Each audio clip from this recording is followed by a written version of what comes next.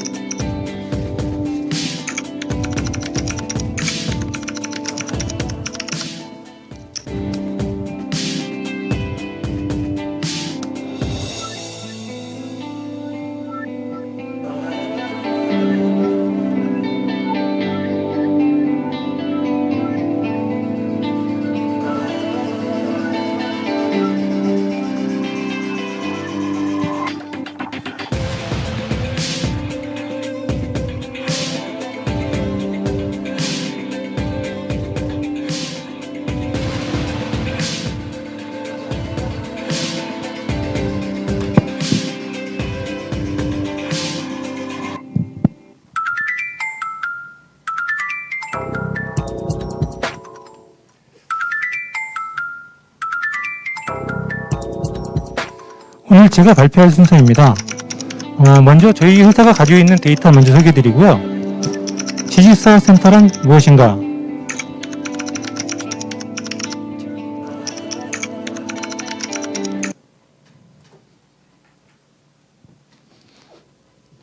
지식산업센터란 무엇인가? 지식산업센터의 시장 규모, 인기 현상, 브랜드화, 문제점, 미래와 경쟁력, 향후 추진 계획 순서로 발표하겠습니다. 저희 회사가 보유하고 있는 데이터입니다. 건축물 정보, 입주업종 데이터, 소유자 정보, 실거래가 정보. 다른 부동산 플랫폼에 비해 데이터 개수는 많지 않지만 건축물 정보를 제외한 나머지 데이터는 공공 데이터 포털이랑 관계없이 저희가 직접 수집하고 가공한 데이터입니다.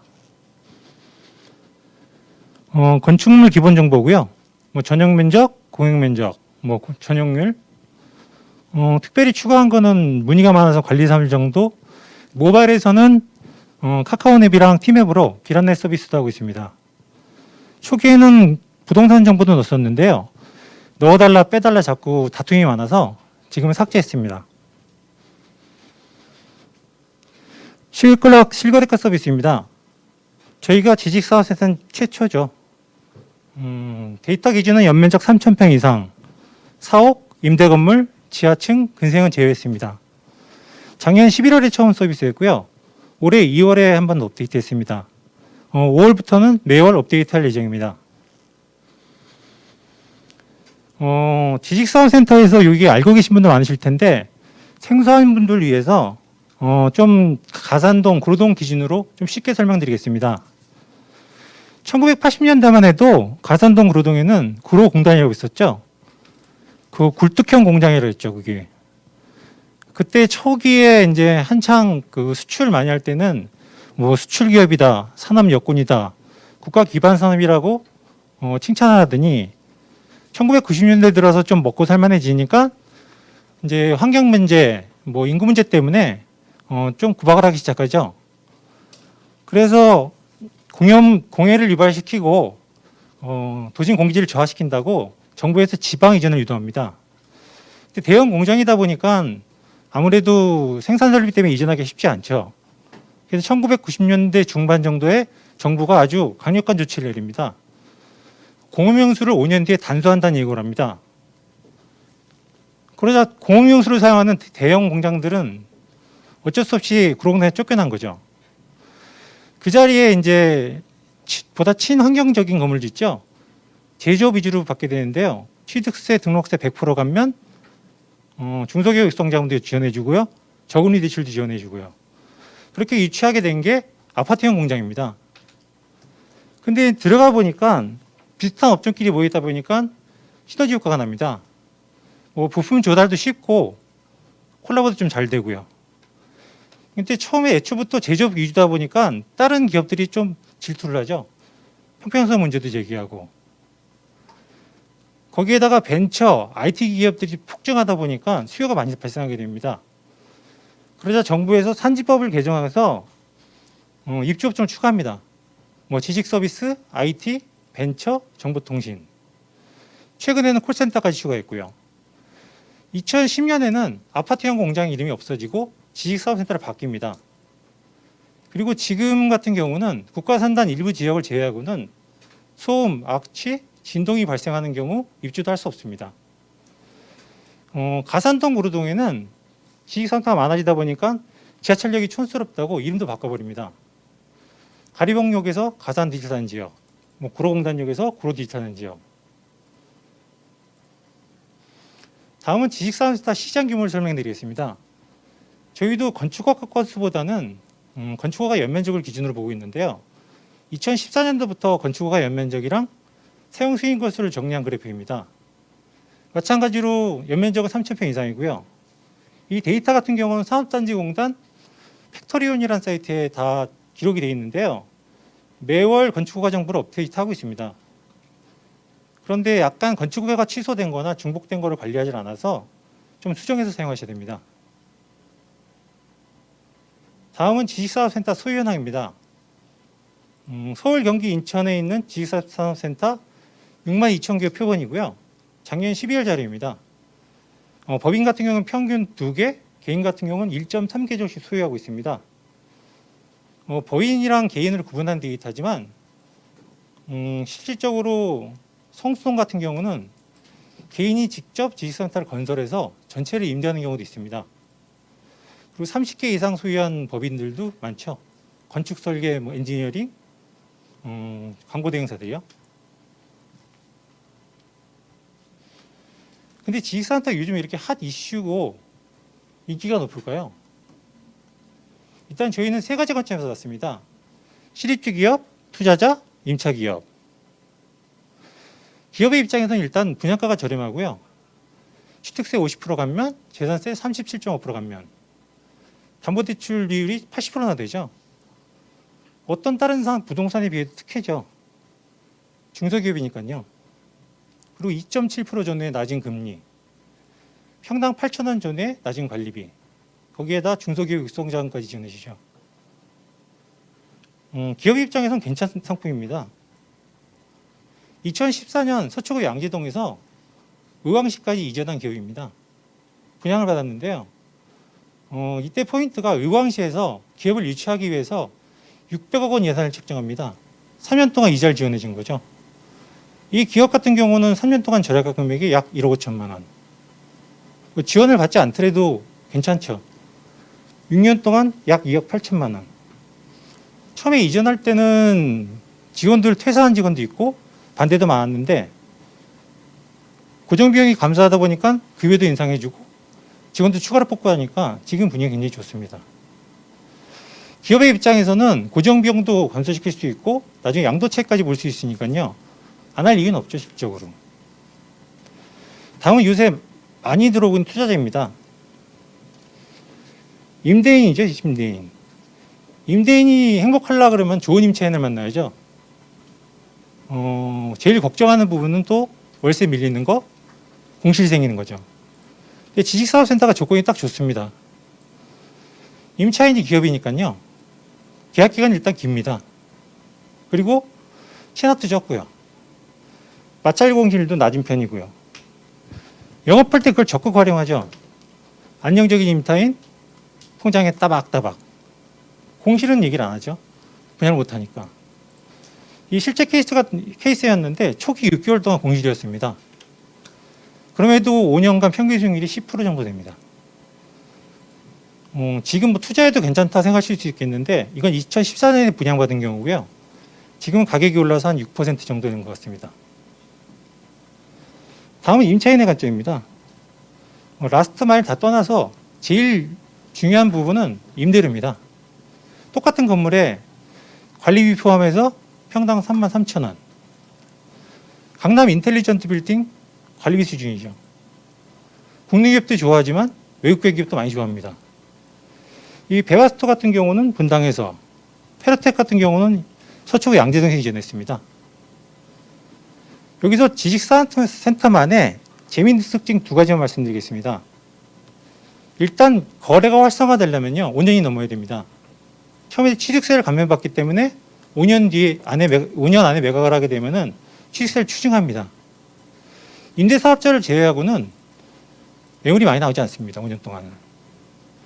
그리고 하나 더, 매매 가격은 올라가도 임대 가격은 잘 안 올라갑니다. 처음보다. 이 특별한 케이스인데요. 베바스토 같은 경우는 5년 뒤에 재계약을 할 때 15% 깎아서 계약했습니다. 전용 면적이 90평밖에 안 되는데 이 지역의 임대 수요가 탄탄하지 않아서 그렇습니다. 페르텍 같은 경우는 동결이었고요. 다음 데이터는 지식사업센터가 얼마나 인기가 좋은지 법원 경매도 낙찰가격이 엄청납니다. 지난 1년간 데이터고요. 서울 지식사업센터 낙찰가격, 경기, 인천 비교한 겁니다. 아파트랑 비교했는데 서울 같은 경우는 평균 낙찰가율이 106%, 평균 입찰자가 9명, 경기는 낙찰가율 90%, 평균 6명. 인천 같은 경우는 평균 낙찰가율이 69%, 평균 3.5명 정도인데 인천은 노후된 건물들이 많아서 낙찰가율이 낮은 거고요. 신축한 건물들은 낙찰가율이 높습니다. 법원 경매에서 아시다시피 낙찰가율이 가장 높은 게 아파트인데 서울 지식사업센터 같은 경우는 아파트에도 밀리질 않죠. 다음 브랜드입니다. 이제 뭐 어느 정도 자리 잡았다고 생각했는지 이제 시행사들이나 건설사에서 브랜드 네임 별도로 관리합니다. 유명한 대림 같은 경우는 대림 테크노타운, 현대건설 같은 경우는 H클러스터, 엔지니어링 같은 경우는 현대 테라타워, SK디엔드 같은 경우도 뭐 V1 여러 가지 쓰다가 지금 생각공장이라는 브랜드 쓰고요. 에이스 건설 같은 경우는 한 4번 정도 바꾸다가 이번 같은 경우는 아티스 포럼이라고 사용합니다. 그리고 지식사업에 신규로 진입하는 시행사들도 많아지고요. 증권사들도 많고요. 자산운용도 많은 관심을 보이고 있습니다. 이 가장 중요한 지식사업의 문제점. 투자자가 많아도 너무 많습니다. 투자가 나쁘다는 게 아니고 결국은 투자자한테 피해가 갈 수밖에 없습니다. 신규 분양 현장 가보면 임대투자 강사한테 설명회까지 맡깁니다. 그리고 사실 시행사, 대행사, 투자클럽 같은데 이해관계가 맞아서 투자자가 많아진 것 같습니다. 시행사 입장에서는 투자자랑 기업이랑 구분할 길이 없고요. 빨리 완판하는 게 좋죠. 대행사 입장에서는 수요기업 발굴할 필요 없이 손쉽게 계약하는 게 좋고요.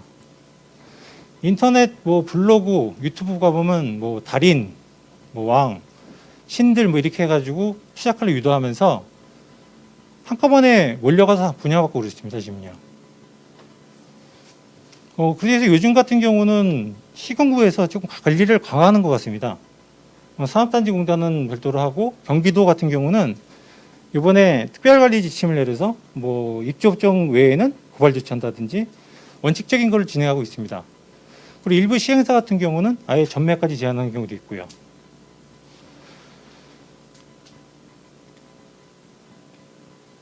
다음은 지식사업소의 대형화입니다. 보통 토지 면적 비교할 때는 축구장 많이 얘기하고요. 건물 면적 비교할 때는 63스퀘어 얘기 많이 하죠. 63스퀘어 면적이 연면적 5만 평 정도 되는데 지금 짓는 지식사업소의 명함도 못 내립니다. 얼마 전에 분양이 끝난 가산 퍼블릭은 7만 8천 평. 올해 입주하는 동탄 금강 IS타워 8만 6천 평. 다산 현대프리머스 10만 평. 테라타워 같은 경우 오산에 있는 건데요. 이것도 10만 8천 평입니다. 아까 말씀드렸다시피 투자자들이 나중에 입주 물량 때 임대물 엄청 땅에 쏟아지거든요. 지식사업소에 투자하신 분들이 사실 자기 자본이 많지 않습니다. 대출이 많이 나오니까요. 자기 자본이 없는 분들은 공실이 생기게 되면 금융비용과 관리비를 감당 못합니다. 제가 지나친 우려일지 모르겠는데 지방에서는 그런 일이 많이 일어나고 있습니다. 지금.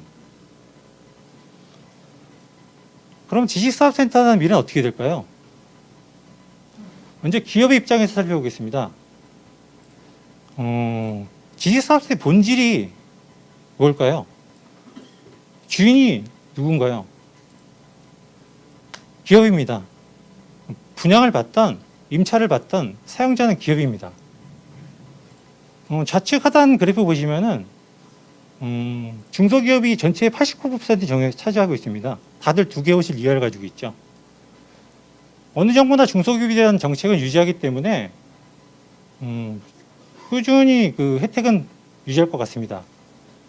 그리고 지금 기업들도 사실 지산에 관심이 되게 많습니다. 많은데 기업 경영이 우선이기 때문에 투자 정보에 넣는 거죠. 어느 정도 건물이 올라가기 시작하면 아 저게 뭐지 그러고 가서 알아봐 그러면 이미 분양이 끝나 있는 거죠. 다음은 투자자 입장입니다. 이미 수도권 외곽에서는 이탈이 일어나고 있습니다. 투자자들이. 프리미엄 마이너스 되는 것도 많이 있고요. 계약금 포기되는 것도 있고요. 또 그것만 또 찾으러 다니는 분도 따로 계시고요. 창피해서 사실 잘 말을 못하는 거죠.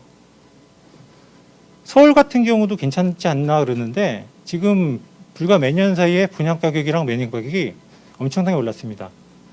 임대 가격은 오르질 않으니까 수익률이 점점 낮아지는 거죠. 이 데이터 같은 경우도 올해 1월 데이터인데 3개월 사이에 10% 이상 상승했습니다. 앞으로 지금까지 투자하신 분은 모르겠지만 앞으로 투자한 분 같은 경우는 크게 매력적이지 않은 상품 같습니다. 앞서 말씀드렸다시피 지식사업자에 들어오고 싶은 기업은 굉장히 많습니다.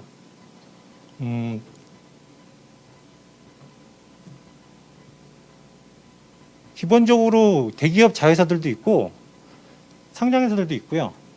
그리고 코스닥 상장에도 연락 오고 바이오 쪽도 연락이 많이 오고 있습니다.